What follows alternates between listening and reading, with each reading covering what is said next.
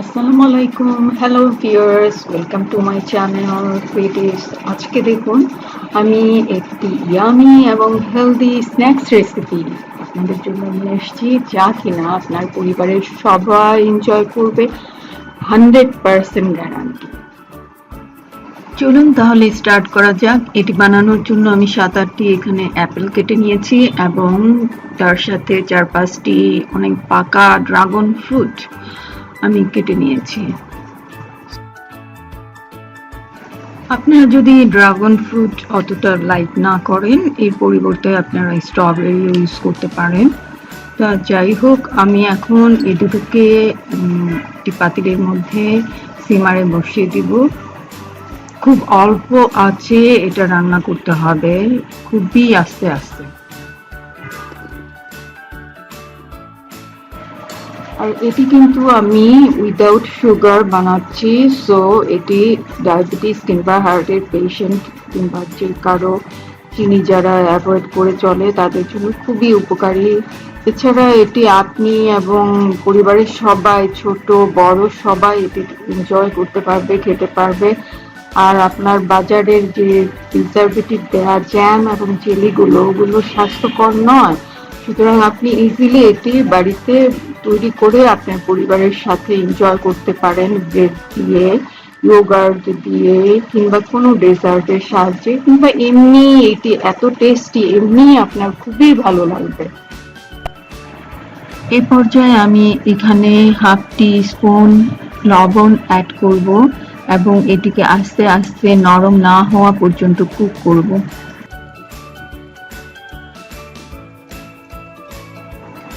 এবং মাঝে মাঝে আমি এটিকে নেড়ে দিয়েছি যাতে নিচে না লেগে যায়।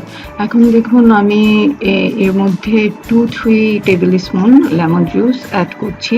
এটি যেমন প্রিজারভেটিভ হিসেবে কাজ করে, তেমনি টেস্টি বাড়িয়ে দেয়।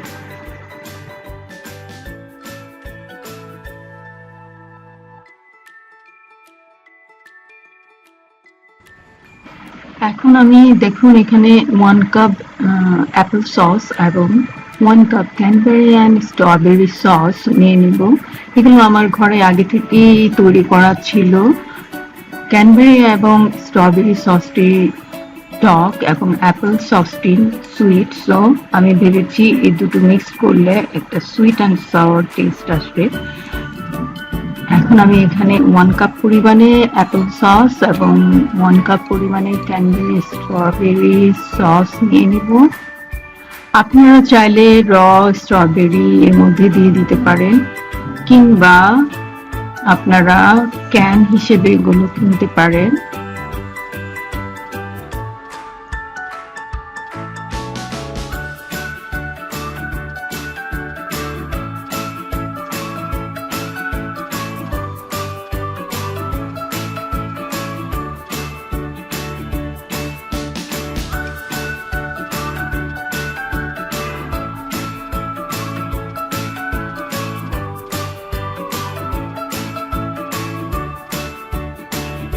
আমি 1 কাপ পরিমাণে স্ট্রবেরি এবং ক্যানবেরি সস এবং অ্যাপেল সস, আমার অ্যাপেল এবং ড্রাগন ফ্রুট, দেখুন এগুলো কত সুন্দর ম্যাশ হয়ে গিয়েছে, এগুলোর মধ্যে অ্যাড করব। ভালো করে অ্যাড করে এগুলো আবার আমি সিমারে বসিয়ে দিব। আপনি চাইলে এই মুহূর্তে সিনামন কিংবা আরও অন্যান্য স্পাইস, জিঞ্জার, এগুলো অ্যাড করতে পারেন if you don't like the flavor of the fruits. আমার ওয়েতে একবার বানিয়ে দেখবেন প্লিজ। যদি আপনার ফ্লেভারটা না ভালো লাগে তাহলে আপনি আদা কিংবা দারচিনি ইউজ করতে পারেন পরবর্তীতে। নেড়ে নেড়ে এগুলো মিক্সড করতে হবে এবং আবার আমি এগুলোকে সিমারে বসিয়ে দিব। খুবই লো টেম্পারেচারে এগুলো কুক করতে হবে, নিচে যেন লেগে না যায়, বার্ন হয়ে যেন না যায়, এর জন্য আপনাকে খুবই কেয়ারফুল থাকতে হবে। বার্ন হলে কিন্তু খুবই বাজে একটা ফ্লেভার হয়ে যাবে। এরপর আমি এর মধ্যে 1 টেবিল স্পুন অরেঞ্জ জেস্ট কিংবা অরেঞ্জ পিল অ্যাড করে দিব। আপনি চাইলে এটা স্কিপ করতে পারেন। আমি অরেঞ্জ ফ্লেভারটা খুবই লাইক করি এবং যখন এর স্টিমটা আমার মুখে পড়ে খুবই ভাল লাগে। আমার অনেক কেকের রেসিপিতে আমি অরেঞ্জ পিল ইউজ করি। আমার খুবই ফেভারিট অরেঞ্জ পিলটা, এর জন্য। আপনি চাইলে এটি স্কিপ করতে পারেন। এর পরিবর্তে আপনি সিনামন কিংবা জিঞ্জার কিংবা নাটমেগ, অন্যান্য ফ্লেভার যে কোনো স্পাইস অ্যাড করতে পারেন। কিন্তু অরেঞ্জ পিলটা দিলে খুব সুন্দর একটা ফ্লেভার আসে এবং এটা ডেজার্টের, যে কোনো ডেজার্টের সাথে খুব ভালো যায়।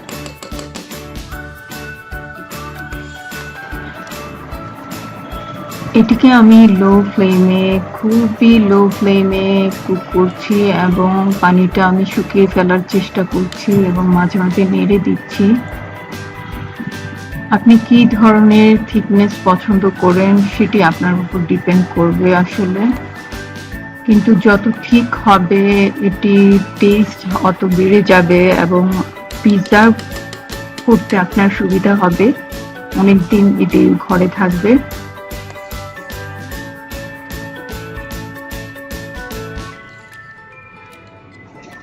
প্রায় হাফ এন আওয়ার লেটার দেখেন এর পানি প্রায় শুকিয়ে গিয়েছে এবং আমি এটিকে নামিয়ে নিয়েছি, কারণ এটি ঠান্ডা হলে আরও এর থিকনেস বেড়ে যাবে। সুতরাং এই অবস্থায় আমি এটিকে ঠান্ডা করব এবং ঠান্ডা করলে আমি একটি জারে এটিকে প্রিজার্ভ করব। ঠান্ডা অবস্থায় যে কোনো কিছু প্রিজার্ভ করবেন, গরম অবস্থায় দিলে এটি নষ্ট হয়ে যাওয়ার সম্ভাবনা থাকে। এই জারের মধ্যে যে এটি স্ট্রবেরি কেক বানানো সেম ওয়েতে ফ্রুট বাটার, এটি খুবই টেস্টি। আপনারা এভাবেও বানাতে পারেন যে কোনো ফ্রুট দিয়ে এবং আপনাদের ফ্যামিলির সাথে এটি শেয়ার করতে পারেন। জ্যাম এবং জেলির পরিবর্তে যে কোনো কিছুতে এটি ইউজ করতে পারেন।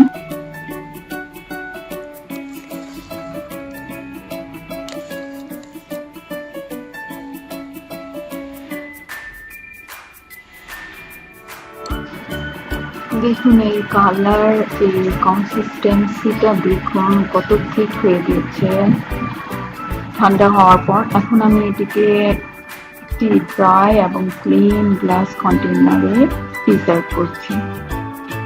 আপনি এভাবে তৈরি করে 4 থেকে 6 উইক খেতে পারেন। আর আপনারা চাইলে এটিকে প্লাস্টিকের কন্টেনারে স্টোর করে ফ্রিজারে রেখে দিতে পারেন। এগুলো 1 ইয়ার পর্যন্ত আপনি যে কোনো সময় বের করে খেতে পারবেন।